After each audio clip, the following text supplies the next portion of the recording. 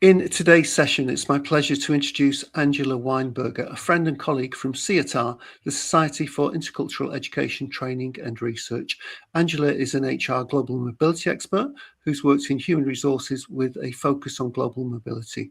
She spent her corporate career working at banks and professional service firms. She's co-authored a new Bible of global mobility and the taxation of management of internationally mobile employees, as well as various workbooks, and publishes thought leadership in global mobility. Angela is joining us today from Switzerland. How is the weather with you, Angela? It's a nice and breezy 28 degrees today. Oh, lovely, lovely. Okay, sounds good. So, Angela, tell us a little bit about your early days when you were a teenager. What were your hobbies? What were your interests? What was it like growing up? Yeah, so this might come as a surprise to you, Vince, because you haven't known me that long yet. When I was a younger girl, I grew up on the countryside. I used to ride horses, and also, I don't know if you have heard of this sport. It's called voltage. So, where you do artist things on a horse. I was in a team for that. So this was my let's say sporty side, and my wish at the time when I went to high school was that I wanted to become an actress, or the alternative plan was a writer. And I was thinking like creative writing, maybe a journalist. That was also in the cards. And when I had my first professional career coaching, I would call it like that now, the career consultant said, "Oh, you're good in math and in languages. That's strange. You should study something in relation to business. Maybe something like international business." I was like, "This guy is mad. He doesn't know me at all." But I have to say, in hindsight, this person knew me quite well. Actually, he was right. Well, that reminds me of something that happened to me when I moved to London. I was applying for a job, and I had to take one of those psychological tests. Anyway, I got the job, and the chap, the line manager who I was working with, gave me a quick précis of the outcome of that psychological test, and he said that my major concern was that it came back and said that I'm no good with people. And that was a surprise to me. That was the psychological test. I think I am generally pretty good with people, and don't take too much of these psychological tests too seriously, I would suggest, because they're incredibly subjective. All right. So you did some acting and you did some horse riding. Now, the acting, do you think that helped sort of bring you out in terms of your confidence and your ability to communicate? I think acting as in acting a role in a drama is very different from being on stage as a grown-up professional. So one thing I very often tell my coaching clients is that even though, I've now been a trainer and I've been on stages for years, and I'm also, video recording and all of that, that sometimes I still get stage fright. And I think, the idea of being on a stage was always something I was comfortable with. But as I said, it's a different story whether you're playing somebody else or, you're showing your competence or your knowledge on stage. But probably it set the scene for becoming a trainer very early in my career. Yeah. Okay, well, that's a nice segue into a career. It's lovely. Right, a couple more questions about your interests. So, what on a beautiful day in Switzerland, and you had some time, what would you choose to do? Okay, so it's very, very simple, I think, to say I love to be outside. I guess that's the country girl coming through. And one of the things that like I would do today, for example, and I would probably do after this call, is to go to the lake, go swimming. I have a little container garden outside where, I plant little plants in containers, which was a hobby I started during the pandemic. I love skiing, and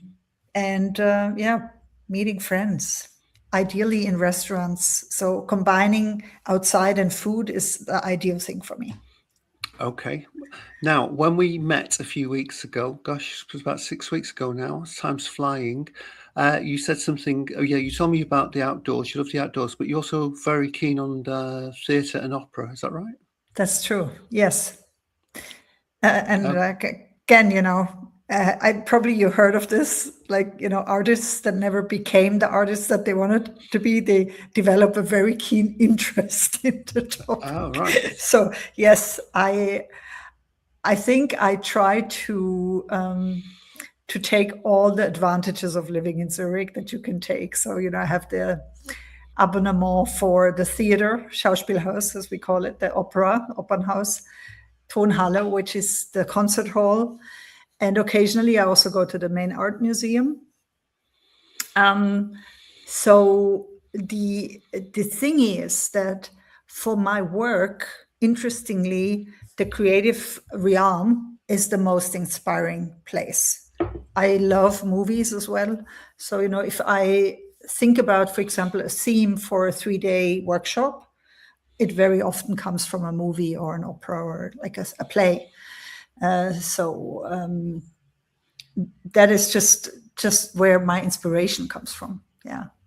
Okay, that's good. Now, you also told me you're a big fan of music in the 70s. So who's your favorite? Any favorite songs, any favorite groups?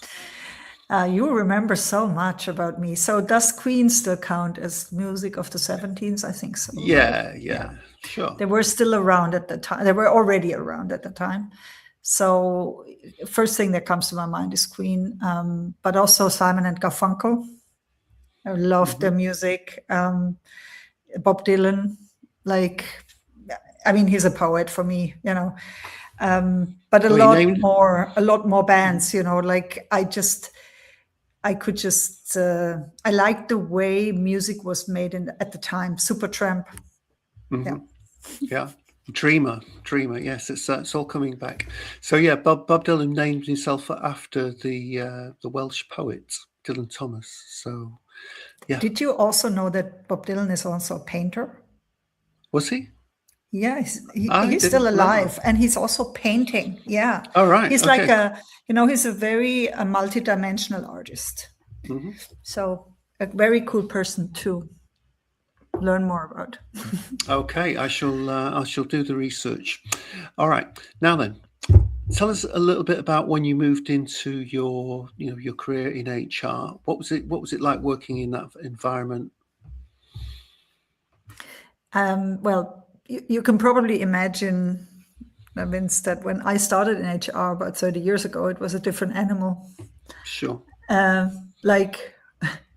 One of the examples I like to give my younger students in global mobility, for example, is that we were still doing salary calculations for expats on paper,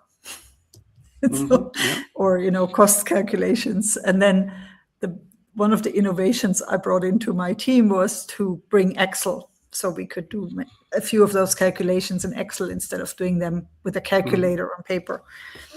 So yeah, obviously times have changed a lot.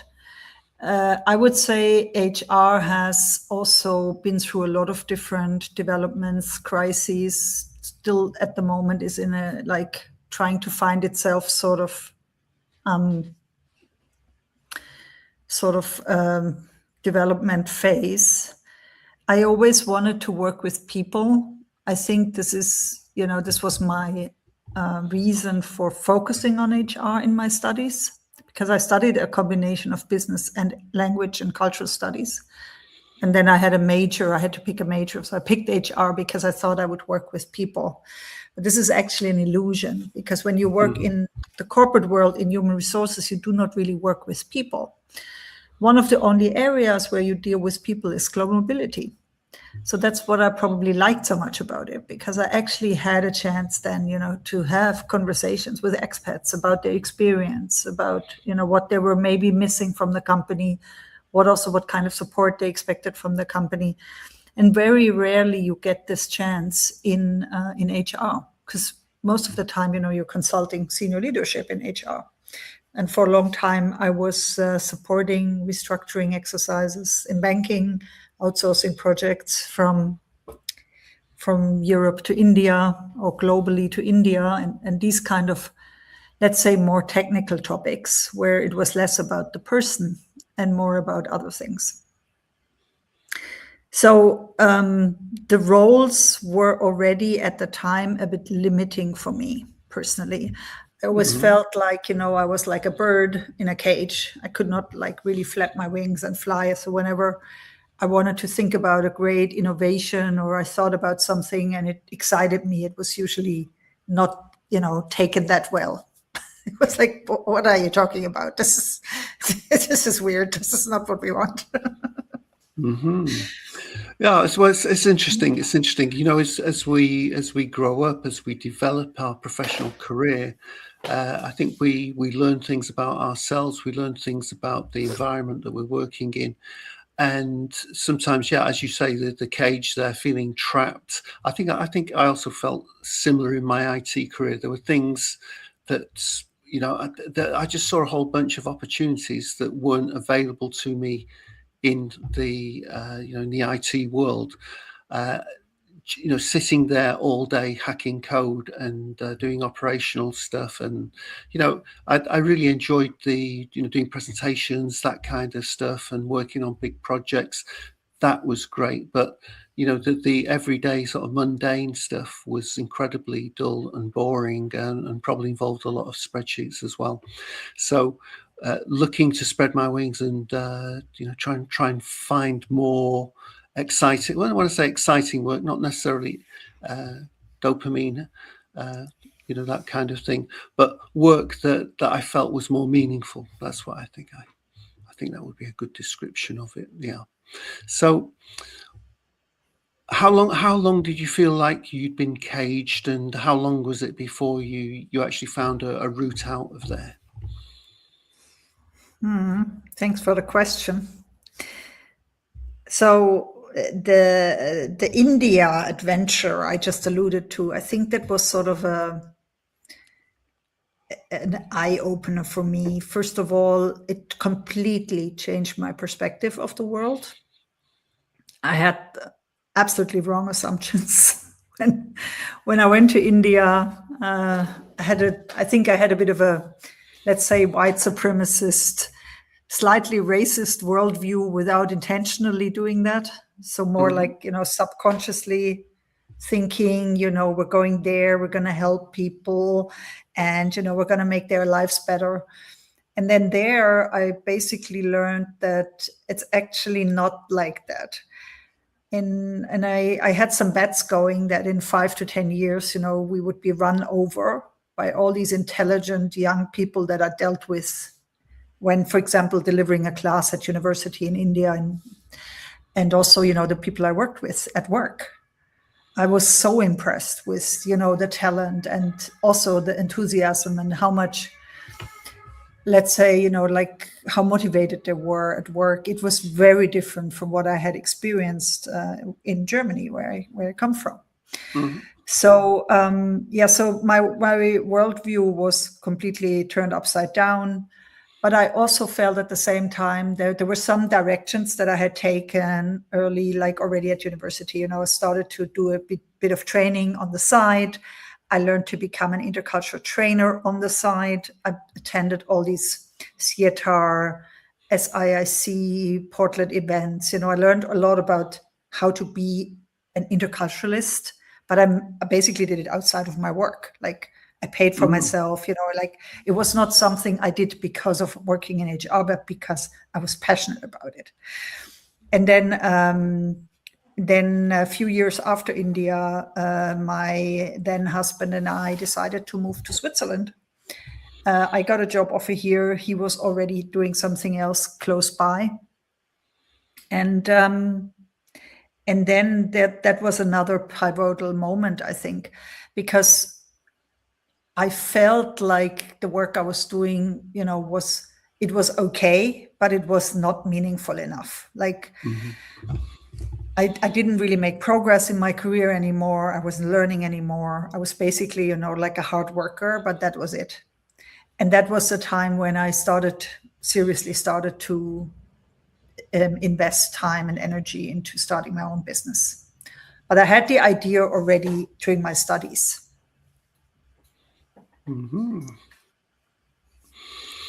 Okay. Now, interesting. In 1990, I got made redundant. I'd moved to London. I'd been there a couple of years, and then we had a recession here, and I got made redundant, and I could not get, like a corporate job. There's just no corporate jobs. So anyway, one day I got a message saying, "Oh, there is a job. There's somebody's would like to interview you, but if they offer you the job, then you're going to be a freelancer. You're going to have to start your own company and all of that." Yeah. Now, of course, I didn't know anything about starting my own company. Had no idea what all of that entailed. Anyway, it was either that or lose the roof over my head. So I said, okay. I went for the job interview. Thankfully, they liked me, and they gave me the job. And I think I stayed there for about 2.5 years. The project was really, really good. So that allowed me to save some money and keep a roof over my head. But after that, I learned something I noticed that a lot of the people I was working with, they were just fooling around. They weren't, they were the permanent people who worked there. I saw them, there's a lot of posturing. There was a lot of talk, a lot of extended meetings, but not many people actually getting on with the work. So that was a really interesting moment for me. And I felt that, I felt there was an opportunity for me, but because I was probably doing half of their work as well, I felt I was learning enormously. And I really, really enjoyed that.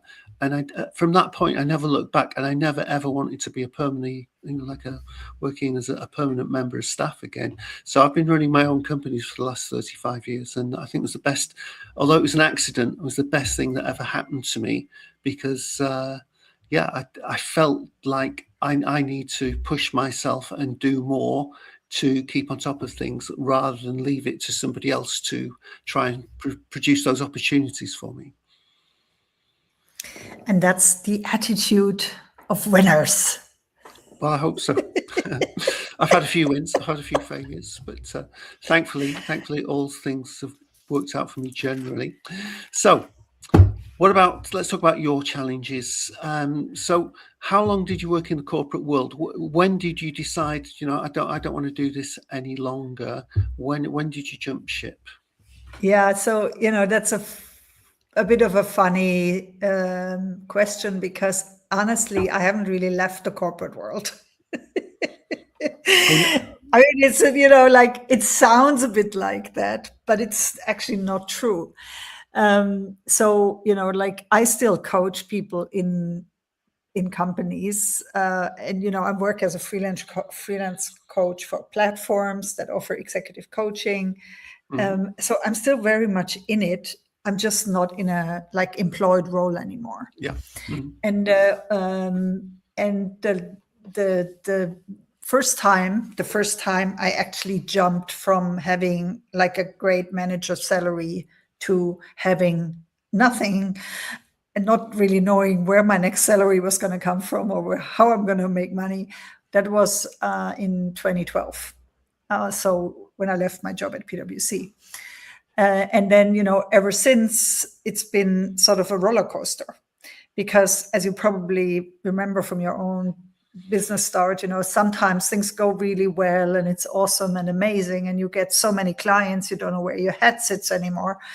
And then there's an external event. Like there was, for example, a decision by the Swiss National Bank to decouple the euro and franc exchange rate. We call that the Frankenschock in German. That was in 2016. And suddenly everything got more expensive in Switzerland.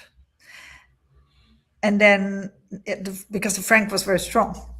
And then companies decided not to hire foreigners anymore. And then, from one day to the next, my clients went from 17 to 0. And suddenly I had to, really think about, okay, what am I going to do next? Because now I'm not going to have a regular income. And usually, at this beginning stage of a company, you don't have like a pipeline and things don't work out so that you have like 6 months of pay already in the bank. So I also, I then had to pivot and start to take on projects. So these projects, they were like consulting projects in global mobility where I was working inside the companies, sometimes 2 days, sometimes 3 days. And the last time I left such a project, that's now 3 years ago. So for the last 3 years, I've basically been coaching, training, writing, and teaching. And I did not do any more consulting projects.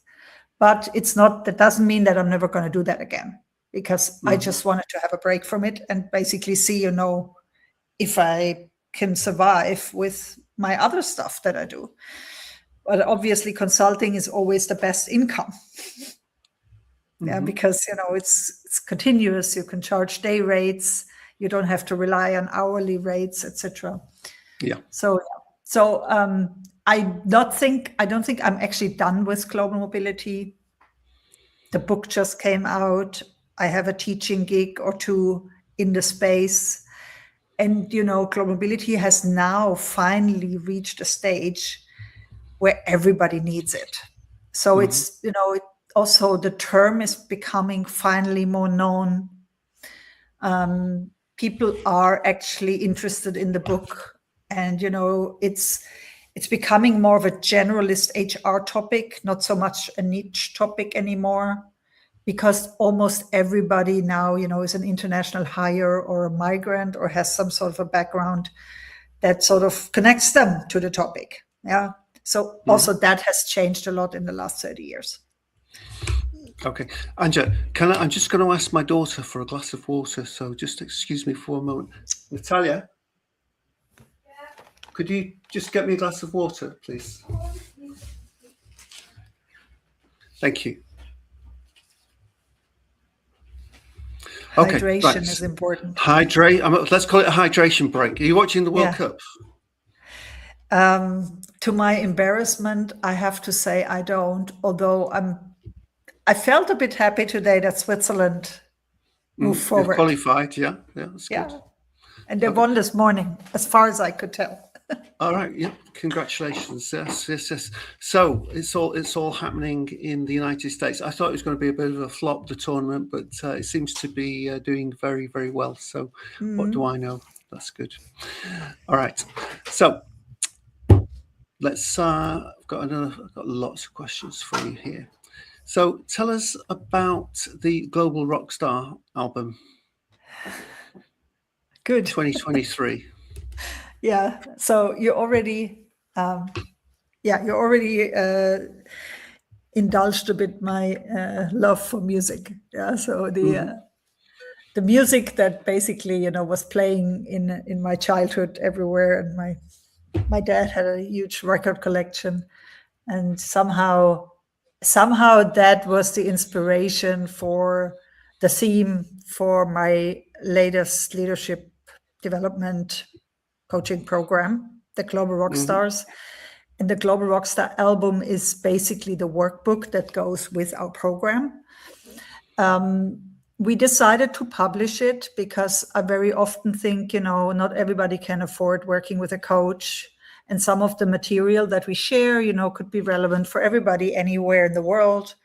And everybody could work with it for the price of a pizza in Switzerland, or even less. Because, I believe in equity and giving people access to these tools.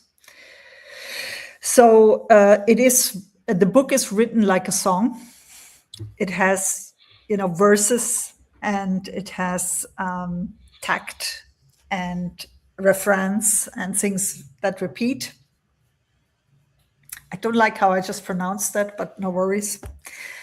So it has a lot of connection to music. Yeah. And okay. maybe just for you to get the gist is, it's about, a leader who's sort of maybe been through a burnout or an international assignment, and now, has a bit of a down dip, maybe was made redundant. Yeah, so similar to the experience you shared before. And then, they're sort of getting out of the dip, and then they're building a new band, like a new team. Yeah? And then from that, their success starts. Yeah, so that's sort of the story behind it. And this is how we work also with the clients on the topic. And we do this for a whole year. We start again in September.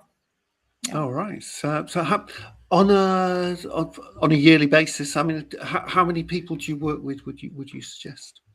So I have a lot of different programs that I work with different cadences and different, let's say, hourly numbers. Sure.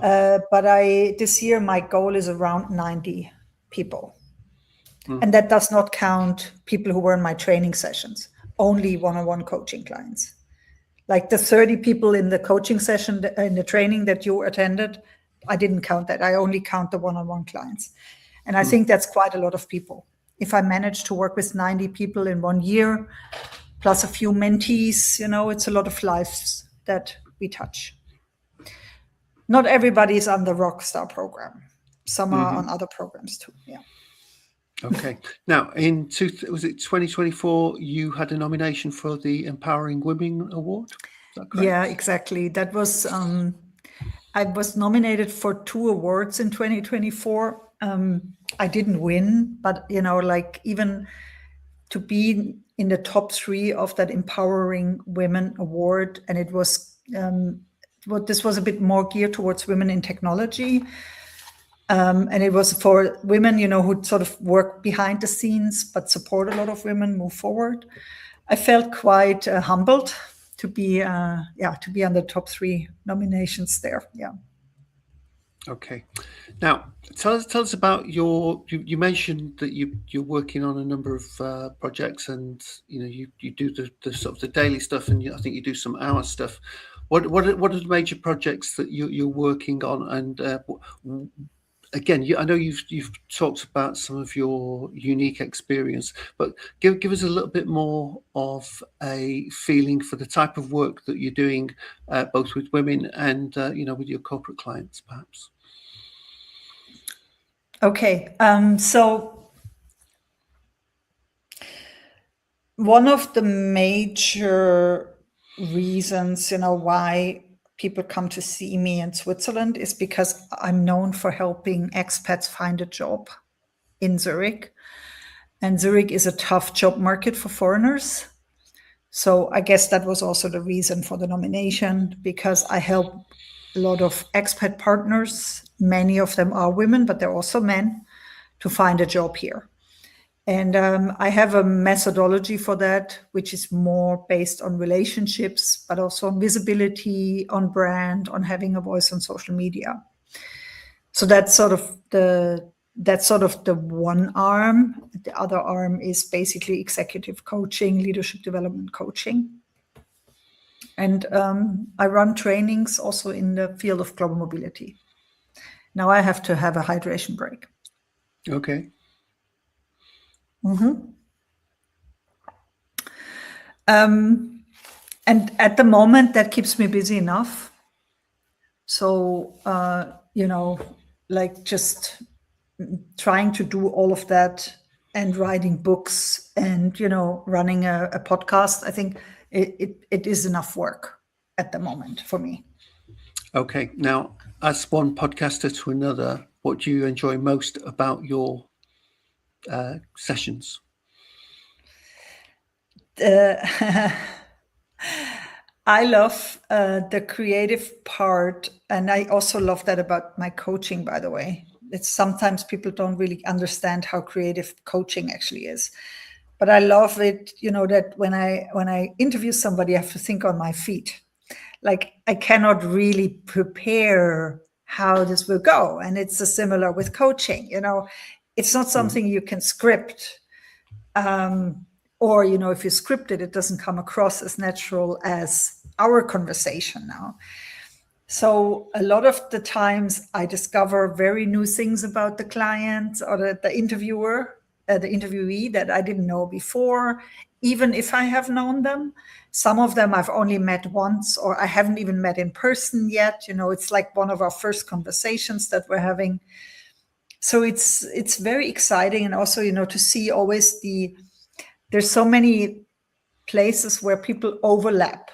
And this is one of the feedbacks I got from a client, from an interviewee, that she never thought that, she thought we were so different, but then, we have so much in common. And she was so glad she did the Red Couch Talk and got to know me better, because I guess, she just didn't think that we would have so many things in common. Yeah. Okay. Now, you've had a very accomplished career. How do you see the future? What's in an ideal world? What would the the world of global mobility look like, do you think? First of all, I think it should be or would be more inclusive than it is right now. So, we would have a lot more, like, for example, we would have a lot more women in international assignments. We would see more people with a disability on international assignments. And that these topics also, would be adequately supported by companies. So I think that is something I wish for. And the other thing I wish for is that we would be a bit more advanced when it comes to technology. So more trendsetters than people who still work with Excel sheets 25 years later. Okay, now, what about AI? Do you feel that, what's the feedback from the people that you work with about AI? Do they see it as a good thing, or is it, for some people that I've talked to, they see it as a bit of a threat for the future? How do you see it over there? I think we have all sorts of phases and reactions. I have a feeling the more people work with AI, the less scared they are. And the more they see the, potential of AI, but also the limitations of AI. People who hardly work with AI and have a superficial view of AI, they're more scared and afraid of it. I think, that's probably something I notice with many things in technology. Like, if you don't understand it, it's scarier than it has to be. And I also see that there is a bit of a divide, and that's something I don't really like. I don't really know why. There's a bit of a divide in the perception of who is good with AI. So it has become a bit of a boy toy, and I'm not sure why that is. So I speak to a lot of very highly intelligent women who know a lot about AI, but they never get invited, for example, to speak on panels. So it's just not, I don't know, it's just not somehow associated with the female gender. And that doesn't make sense. It doesn't make any sense to me either. Why don't you create a panel and pack it out with women who know their AI, and you can podcast with every one of them? I will probably think about something like that, or at least, introduce them to people who organize these panels. But yeah, I'm just pushing them. I just tell them, do it anyway, just try to be the first if necessary. Okay. Yeah. Right. Coming back to your very accomplished career, what heights do you think you can bring your company and yourself? What are those final, not final, but what are the ongoing challenges, and where do you really want to take this to? Mm-hmm. Mm-hmm. Well, I guess my dream would be to have what we do here in Zurich with our Global People Club, where we also, create a small community of people. My dream would be to have that in other expat hubs as well, like in Dubai or Singapore, London. And then also to be able to scale the company through our technology. I think it has potential, but it's also always, there's always a challenge of having enough funding. And if you don't have enough funding, you can't move forward, and then you can't develop the technology. And I am personally very hesitant about getting venture capital or anything like that in. And that's maybe because I'm a little bit, so I'm a Taurus by star sign. And I think sometimes, I'd rather like that things are going my way and that things are done my way. And that's maybe a bit of a weakness, but I don't want to have somebody else tell me what to do, basically. I have been through an anti-authoritarian education as a child, and I think it shows. Okay, understood. I feel the same, actually. I think when you've been your own boss for a long time, it's actually a very, very good feeling, and you feel like you're calling the shots and you're making the big decisions, and not somebody holding a loan over your head or something like that. So, yeah, I think I really admire your independence. So, congratulations with that one. So, Angela, I think we've reached the end for today. It's been a great pleasure to see you and to talk to you again. And would you do me a big favor, and would you just stay on the line so I can thank you personally? And I've got one or two interesting maybe projects coming up or events coming up that you might be interested in.